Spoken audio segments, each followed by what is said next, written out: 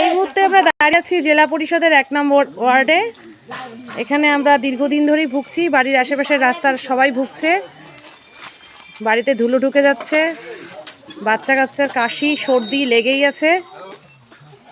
এই আয়োজন যারা করেছে আমি তাদের কাছে একটু ছুটে যাব, দেখি। কাকিমা তুমি বলো, ও কি বলিম? তাহলে এখানে কোনো সমস্যাই যদি না থাকে তাহলে কি বলিম?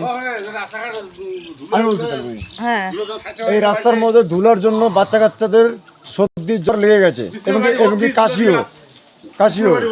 এই যে এরকম রাস্তার মধ্যে ধুলা, আমরা কি থাকতে পারবো? অবশ্যই না।